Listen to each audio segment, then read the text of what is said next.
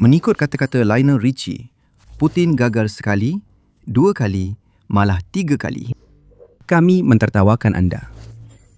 Presiden Perancis Emmanuel Macron melabelkan Putin kegagalan 3 serangkai akibat keputusan bodoh yang hampir menghancurkan Rusia. Dan untuk menambah luka kepada penghinaan itu, Macron pergi lebih jauh. Dia baru sahaja menampar Putin dengan satu bom dengan mempersenjatai Ukraine supaya mereka bersedia untuk menamatkan kegagalan pencerobohan Putin. Macron mendedahkan segalanya dalam satu hantaran di X yang menandakan ulang tahun keempat pencerobohan gagal Putin, di mana beliau berkata, perang ini adalah kegagalan 3 kali ganda untuk Rusia dari segi ketenteraan, ekonomi dan strategik. Macron tidak salah. Dalam video ini, kita akan dedahkan kegagalan Rusia dalam ketiga-tiga aspek itu. Tetapi buat masa ini, mari kita mulakan dengan kegagalan pertama dari segi ketenteraan. Macron menggambarkan situasi ketenteraan Rusia secara tajam, menusuk tepat ke nadi pencerobohan Putin ke atas Ukraine. Lebih 1.2 juta askar Rusia cedera atau terbunuh, jumlah korban tertinggi sejak Perang Dunia Kedua. Beliau mengisytiharkan di X sambil menambah bahawa Rusia kini terpaksa mengambil pekerja dari benua Afrika yang kebanyakannya tidak mempunyai latihan ketenteraan, hanya untuk mengekalkan ilusi kelebihan kekuatan anggota Rusia di Ukraine. Apa yang kita lihat ialah keputusasaan Putin dan pengambilan tentera Afrika ada maksud lebih mendalam. Menurut Majlis Atlantik pada 19 Februari, Rusia mengupah kira-kira 20,000 kononnya tentera dari seluruh dunia sejak Putin mula menyerang. Ramai tentera ini berasal dari bekas Republik Soviet, negara-negara kecil di Asia Selatan dan Timur Tengah. Namun, semakin ramai dari Afrika datang kerana Putin memperdaya mereka untuk berperang demi cita-citanya. Kononnya Rusia membantu negara mereka. Lebih 1,400 warga Afrika sertai tentera Rusia. Namun sekitar 1/5 dilaporkan maut. Mereka yang terpedaya dengan Kremlin akhirnya berkhidmat dengan askar Rusia yang melayan mereka seperti anjing didera. Askar Afrika Rusia dan kemungkinan semua rekrut asingnya dianggap boleh dibuang. Menurut Majlis Atlantik yang menunjukkan Rusia mencari umpan meriam di mana-mana. Peningkatan jumlah rekrut Afrika sememangnya menimbulkan kebimbangan di seluruh dunia. Tetapi Putin mungkin melihat semua ini sebagai tanda kekuatan ketenteraan Rusia. Satu contoh betapa dalamnya pengaruh Rusia menembusi negara-negara lain. Ia bukan begitu. Jauh sekali. Rusia semakin bergantung kepada askar dari luar negara kerana Putin telah mengetuai kempen ketenteraan yang gagal sehingga menyebabkan begitu ramai askar Rusia terkorban. Sehingga Kremlin kini bergelut untuk menggantikan mereka yang terkorban dalam pengisar daging Ukraine. Macron memang tepat apabila beliau mengatakan bahawa pencerobohan Putin adalah satu kegagalan ketenteraan. Dan kita dapat lihat perkara itu pada keadaan pengambilan askar Rusia sekarang. Buat pertama kali sejak Putin melancarkan apa yang kononnya operasi ketenteraan khas, Rusia kehilangan lebih ramai askar berbanding yang direkrut. RBC Ukraine melaporkan pegawai barat berkata, Rusia kehilangan lebih ramai askar di Ukraine berbanding jumlah yang boleh direkrut dalam 3 bulan sebelum Februari. Penambilan askar Rusia antara 30,000 hingga 35,000 orang sebulan menunjukkan betapa besarnya kerugian mereka di Ukraine menjelang akhir 2025 dan awal 2026. Putin kini begitu terdesak sehingga beliau semakin hampir dipaksa untuk mengambil langkah yang tidak popular, iaitu memobilisasi Rusia untuk perang, yang akan menyebabkan beliau mengorbankan sokongan politik demi impian kosong untuk menawan Ukraine. Namun, beliau mungkin perlu melakukannya. Army Inform pada 21 Februari melaporkan Rusia menaikkan bayaran sukarelawan kontrak ketenteraan dari 1.5 juta rubel ke 4.5 juta rubel, iaitu dari 19,500 ke lebih 58,000 dolar. Rusia tidak melakukan ini kerana ia mempunyai banyak wang. Kegagalan kedua menurut Macron ialah ekonomi, akan dibincang sebentar lagi.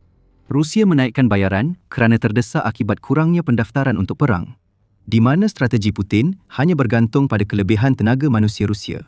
Dengan kehilangan lebih 11,700 kereta kebal, hampir 800 pesawat dan helikopter, serta lebih 24,000 kenderaan berperisai dan banyak lagi, menurut Kementerian Keuangan Ukraine, hanya satu kesimpulan boleh dibuat.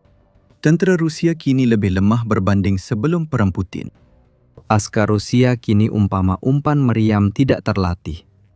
Hanya mengikut arahan komander sebelum dimusnahkan pertahanan Ukraine. Banyak peralatan ketenteraan Rusia yang tinggal kini usang. Dan menurut Kementerian Keuangan Ukraine, Rusia telah membelanjakan lebih 124.6 bilion dolar untuk peralatan ketenteraan yang telah hilang di Ukraine. Tidak termasuk semua belanja untuk peralatan baru yang akan hilang juga tidak lama lagi. Dan ini membawa kita kepada kegagalan kedua Putin, iaitu ekonomi. Kita akan terus sasarkan ekonomi perang Rusia. Kita akan kekal dengan sekatan dan terus bertindak terhadap armada bayangan, kata Macron, sambil menegaskan sekatan memberi kesan besar kepada masalah ekonomi Rusia yang sedia ada dan bakal muncul. Sekatan-sekatan itu telah menambah tekanan ekonomi yang disebabkan oleh perbelanjaan perang Rusia yang telah melebihi $1 trilion selepas 4 tahun, serta kelesuan yang kini melanda seluruh ekonomi Rusia. Kita akan bincangkan tentang kelesuan itu sebentar lagi. Pertama sekali, Rusia sentiasa ditekan dari segi sekatan. Castello melaporkan, Rusia kini dikenakan 26,655 sekatan sejak 2014. Amerika Syarikat, United Kingdom, Kanada, Switzerland, Perancis, Australia, Jepun dan Kesatuan Eropah termasuk Perancis semua menyumbang kepada sekatan ini. Daripada 26,655 sekatan, 23,960 dikenakan sejak Putin melancarkan pencerobohan berskala penuh ke atas Ukraine pada Februari 2022. Sekatan itu, walaupun tidak sepenuhnya dikuatkuasakan, dianggarkan menyebabkan Rusia kerugian sekurang-kurangnya 450 bilion dolar antara Februari 2022 hingga Jun 2025. Jumlah itu mungkin sudah melebihi 500 bilion dolar kerana lebih banyak sekatan ditambah sejak Jun. Lebih banyak lagi akan datang, menurut Macron. Pada 24 Februari, UK umumkan pakej sekatan bersejarah sempena ulang tahun keempat perang. Negara itu mengumumkan hampir 300 sekatan baru, termasuk yang fokus pada ekspor minyak, tenaga Rusia dan syarikat pembekal peralatan ketenteraan untuk perang Putin. Gabungan sekatan ini, perbelanjaan perang Rusia yang besar dan langkah lain seperti sekatan udara Ukraine yang melumpuhkan sektor minyak Rusia, menyebabkan negara itu mengalami kejatuhan ekonomi akibat kegagalan Putin. Menurut Guardian pada 6 Februari, ekonomi Rusia kini rasmi mengalami stagnasi. Selepas beberapa tahun pertumbuhan yang hanya wujud kerana kompleks industri ketenteraan yang dicipta oleh Putin, pertumbuhan keluaran dalam negara kasar atau KDNK Rusia kini telah mendatar. Pertumbuhan KDNK hanya 0.6% pada 2025 dan anggaran terbaik tabung kewangan antarabangsa menjangkakan pertumbuhan Rusia pada 2026 cuma 0.8%. Dan itu nampaknya adalah senario terbaik. Rusia tidak berada dalam kedudukan untuk mengubah trend ini, sekurang-kurangnya tidak dalam masa terdekat. Kita sudah pun menyebut negara itu mengalami lebih daripada 1.2 juta korban di Ukraine bersama dengan kesan yang telah berlaku ke atas Rusia dari segi ketenteraan. Kehilangan besar rakyat berlaku ketika Rusia menghadapi krisis demografi, kekurangan tenaga kerja dan semakin bergantung pada pekerja migran menyebabkan identiti Rusia terancam akibat pencerobohan Putin di Ukraine. Seperti kata Dr. Marek Dubrovsky dari Bruegel kepada The Guardian, Rusia tiada potensi pertumbuhan pesat. Suasana perniagaan berkaitan perang hanyalah sebahagian daripada puncanya. Cerita utama di sini ialah demografi jangka panjang. Ia tidak berubah. Sejak akhir 2023, inflasi Rusia kekal lebih tinggi berbanding zon Euro, UK dan AS, bahkan melebihi 10% selama beberapa bulan pada 2025. Rusia cuba atasi kekurangan kewangan dengan langkah jangka pendek yang merosakkan, seperti menaikkan cukai korporat dari 20% ke 25% dan cukai nilai tambah dari 20% ke 22%. Ini bermakna Putin memindahkan kos kegagalannya kepada rakyatnya sendiri kerana Rusia semakin kurang menjana pendapatan akibat beban sekatan. Putin telah membelanjakan berbilion-bilion untuk perang tanpa keuntungan strategik kepada Rusia selama bertahun-tahun. Ini membawa kita ke nasib ketiga, kejatuhan strategik Rusia. Tetapi sebelum itu, masih ada tamparan bom daripada Macron ke muka Putin untuk dibincangkan. Anda sedang menonton The Military Show. Terdapat lebih banyak kandungan seperti ini. Jadi langgan jika anda suka analisis kami. Sekarang, dari segi strategik, kita boleh berbicara panjang lebar tentang bagaimana Rusia tidak membuat sebarang pencapaian ketara di Ukraine dan sudah tentu tiada apa-apa yang boleh dianggap mengubah perjalanan perang selama lebih 3 tahun. Itu adalah kegagalan Putin. Mungkin kegagalan keempat sebagai bonus jika anda mahu secara tersendiri. Namun kecaman Macron terhadap kegagalan ketiga Putin lebih tertumpu kepada kejatuhan kuasa geopolitik Rusia selepas pencerobohan Ukraine. Kita akan benarkan Macron untuk menjelaskan. Ia menguatkan NATO dan menyatukan Eropah, walaupun Rusia cuba menghalang dan berharap untuk melemahkan mereka. Sebaliknya, ia mendedahkan kelemahan imperialisme lama. Macron berkata dalam hantaran X beliau, Ukraine adalah barisan pertahanan pertama benua kita. Jadi Perancis dan Eropah tetap menyokongnya. Pengukuhan NATO merupakan kegagalan besar strategi Putin. Ini juga satu kegagalan daripada trio Macron yang paling sukar ditelan oleh Putin berbanding yang lain. Ketika Putin melancarkan pencerobohan dahulu, beliau memberikan pelbagai alasan mengapa beliau melakukannya. Dakwaan tentang keinginan Rusia untuk menyahnasifikasikan Ukraine telah dibuat, walaupun seringkali untuk menyembunyikan sebab sebenar. Seperti kepercayaan Putin bahawa Ukraine tidak sepatutnya menjadi sebuah negara berdaulat sejak awal lagi. Seolah-olah kejatuhan kesatuan Soviet tidak pernah berlaku. Namun, di sebalik semua retorik ini, terdapat satu ketakutan khusus Putin, iaitu perluasan NATO. The Journal of Democracy melaporkan perkara ini dalam artikel beberapa bulan selepas pencerobohan Putin. Dia kata Putin mahu dunia percaya, seperti dirinya, bahawa perluasan NATO ke sempadan Rusia jadi sebab dia hantar 200,000 askar ke Ukraine untuk merogol, menjarah dan menakluk. Pembesaran NATO didakwa mendorong Putin bertindak agresif, termasuk serangan ke atas Georgia 2008 dan kempen pencerobohan awal 2014. Walaupun banyak berlaku di sebalik tabir di Rusia, Putin biar naratif NATO miliknya tersebar kerana ada benarnya. Pemimpin Rusia bimbang bahawa NATO akan merebak lebih jauh ke timur dan semakin hampir ke sempadan Rusia, serta Ukraine mungkin menjadi salah satu negara yang ingin menyertai Pakatan Pertahanan Kolektif itu. Lagipun, ia jelas menunjukkan bahawa salah satu daripada banyak tuntutan damai Putin untuk perang Ukraine ialah Ukraine tidak dibenarkan menyertai NATO. Putin menganggap NATO yang lebih besar sebagai ancaman kepada Rusia. Tahu tak apa yang dicipta oleh pencerobohan Ukraine? Versi NATO yang lebih besar dan jauh lebih aktif. Sejak perang bermula, Sweden dan Finland telah menyertai NATO. Tindakan Finland bertentangan dengan kehendak Putin. Memandangkan Finland mempunyai sempadan sepanjang 1,340 km atau kira-kira 830 batu dengan Rusia, jika Putin menyerang Ukraine untuk menghalang NATO daripada mendapatkan sebuah negara utama yang bersempadan dengan Rusia, apa yang sebenarnya beliau capai hanyalah NATO memperoleh sebuah negara utama yang bersempadan dengan Rusia. Dalam kata lain, NATO kini berada di bahagian barat Rusia, yang bermaksud salah satu matlamat strategik utama Putin untuk apa yang dipanggil operasi ketenteraan khas telah gagal. Dan selain menjadi lebih kuat dari segi keahliannya, NATO juga menjadi lebih berbahaya kerana ahlinya kini sedar akan ancaman yang dibawa oleh Putin, terutamanya di Eropah. Tiada siapa di NATO percaya Putin akan berhenti setakat Ukraine jika Rusia menang. Macron berkata, Ukraine ialah barisan pertahanan pertama Eropah. Disebabkan ketakutan terhadap Putin yang mungkin akan mara lebih jauh, ahli-ahli NATO kini membelanjakan lebih banyak untuk ketenteraan mereka berbanding bila-bila masa sebelum ini. Beberapa tahun lalu, banyak ahli NATO Eropah belanja kurang 2% KDNK untuk pertahanan. Sekarang, kebanyakan negara memenuhi atau melebihi garis panduan NATO itu. Dan lebih buruk lagi bagi Putin, garis panduan tersebut telah berubah. NATO kini memberitahu ahlinya bahawa mereka sepatutnya membelanjakan 5% daripada KDNK mereka untuk pertahanan dan kos berkaitan pertahanan, dan ramai yang merancang untuk berbuat demikian. Ahli NATO berikrar pada sidang kemuncak Jun 2025 untuk capai sasaran 5% menjelang 2035. Bermakna lebih 2 dozen negara akan bina angkatan tentera lebih kuat sebagai sebahagian organisasi pertahanan kolektif hadapi Rusia. NATO kini sedang bersiap sedia untuk menghadapi pertempuran di Arktik, tambah Financial Times. Dan kehadiran negara-negara Nordik sebagai sebahagian daripada kumpulan itu sangat membantu dalam hal tersebut. Terdapat juga perbincangan mengenai EU membentuk tembok drone di Eropah.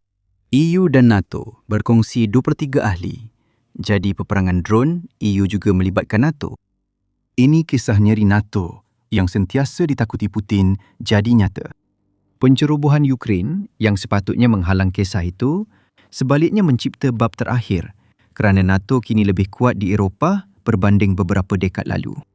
Itu, lebih daripada apa-apa yang lain, adalah legasi yang akan ditinggalkan oleh Putin untuk Rusia. Selain melumpuhkan ketenteraan dan menghancurkan ekonomi, kegagalan ketiga Putin menyebabkan Rusia buntu geopolitik kerana semua pilihan strategik sebelum Ukraine kini hilang. Sekarang adalah masa yang paling sesuai untuk membantu Ukraine mengambil kesempatan atas kegagalan Putin. Seperti dimaklumkan sebelum ini, Perancis telah membuat keputusan itu. Ketika Macron mendedahkan 3 kegagalan utama Putin dalam perang Ukraine kepada seluruh dunia, Perancis telah melakukan sesuatu lagi yang akan membolehkan Ukraine menyerang Rusia dengan lebih hebat berbanding sebelum ini. Palu telah dijatuhkan. AASM Hammer kini tiba di Ukraine dalam jumlah luar biasa, sesuatu yang Putin sangka tidak akan pernah dia lihat. Pada 25 Februari, RBC Ukraine melaporkan Perancis telah selesai memindahkan pakej rekod kit bom berpandu ASM Hammer kepada Ukraine. Kit-kit ini sesuai dengan banyak pesawat Ukraine seperti F-16 Mirage 2000, MiG-29 dan Rafale, di mana Ukraine telah menandatangani perjanjian untuk memperoleh hingga 100 unit. Satu maklumat yang kita tidak dapat daripada laporan ini, yang juga dikongsi oleh Kementerian Pertahanan Ukraine, ialah apa maksud sebenar pakej rekod itu dari segi jumlah sebenar. Kita boleh berspekulasi. Contohnya, Perancis tingkatkan pengeluaran bom ASM Hammer 30% pada 2025 menurut media United 24. Perancis membina 1,080 unit pada 2025, meningkat daripada 830 unit tahun sebelumnya. Kita juga tahu bahawa Perancis telah secara rasmi berkomitmen untuk menghantar 50 set bom ASM Hammer kepada Ukraine setiap bulan. Mungkin itu bahagian pakej yang memecah rekod. Penghantaran bulanan pertama mungkin tiba pada Januari, menandakan permulaan tahun Perancis memberi Ukraine 600 daripada lebih 1,000 ASM Hammer yang sedang dibina. ASM Hammer adalah perkara terakhir yang Putin mahu lihat pada jet pejuang Ukraine tanpa mengira jumlahnya. Kit bom khas ini membolehkan Ukraine menukar bom bodoh seberat 250, 500 atau 1,000 kilogram atau 551, 1,102 atau 2,204 pound menjadi bom berketepatan tinggi. Ia boleh dilancarkan dari jarak kira-kira 70 km atau 43.4 batu dari sasaran. Dalam erti kata lain, ASM Hammer memberikan Ukraine keupayaan untuk menyerang Rusia dengan kuat menggunakan bom yang dilancarkan dari jauh di belakang garisan pertempuran. Bermakna, Perancis baru sahaja menghantar senjata yang boleh digunakan Ukraine untuk memusnahkan bahagian belakang Rusia tanpa sebarang halangan. ASM Hammer Perancis akan menambah kepada senjata bom berpandu yang sedang dibangunkan Ukraine secara domestik. Pada Jun 2025, United 24 melaporkan Ukraine memperkenalkan sistem bom gelongsor sendiri, mirip kit Universal Planning and Correction Module Rusia yang menghasilkan ribuan bom gelongsor untuk menyerang bandar dan infrastruktur Ukraine. Sistem tersebut, yang digelar Kap Ukraine, mempunyai jarak sejauh 60 km atau 37.2 batu dan terdapat rancangan untuk meningkatkan jarak itu kepada 80 km atau 49.7 batu. Gabungkan AASM Hammer dan anda dapat versi Ukraine yang menyerang lebih jauh dan kuat ke wilayah diduduki. Di medan perang, ini bermaksud memusnahkan nod utama seperti pos kawalan, ibu pejabat drone dan tempat tentera berkumpul yang menjadi sandaran Rusia menyelaras serta melancarkan serangan infanteri. Kurangnya penyelarasan akan menyebabkan lebih ramai askar Rusia terkorban menentang pertahanan Ukraine yang dipenuhi drone dan bom Perancis serta setara Ukraine. Cara yang bagus untuk menghantam Putin ketika dia sudah tersungkur. Macron sudah pun terhuyung-hayang selepas digelar 3 kegagalan, yang mana dia sendiri tidak dapat nafikan. Kini Putin terpaksa melihat Perancis menghantar jumlah senjata yang menakutkan secara rekod kepada negara yang Putin gagal gulingkan dengan teruk. Ringkasnya, Ukraine makin kuat dan Rusia makin lemah. Setiap hari perang berlanjutan, kegagalan Putin dalam ketenteraan, ekonomi dan strategi makin teruk. Rusia hancur. Semuanya salah Putin. Putin pasti sudah bosan melihat Emmanuel Macron. Beberapa minggu sebelum hantaran X, Emmanuel Macron dan penghantaran bom AASM Hammer, Perancis telah melakukan sesuatu yang luar biasa untuk Ukraine. Anda nak tahu apa yang berlaku? Duduk dan tonton video kami yang merangkumi semuanya. Dan jika anda suka video ini, pastikan anda melanggan The Military Show supaya anda boleh mengikuti perkembangan terkini tentang apa yang Eropah lakukan untuk membantu Ukraine mengalahkan Rusia. Terima kasih kerana menonton.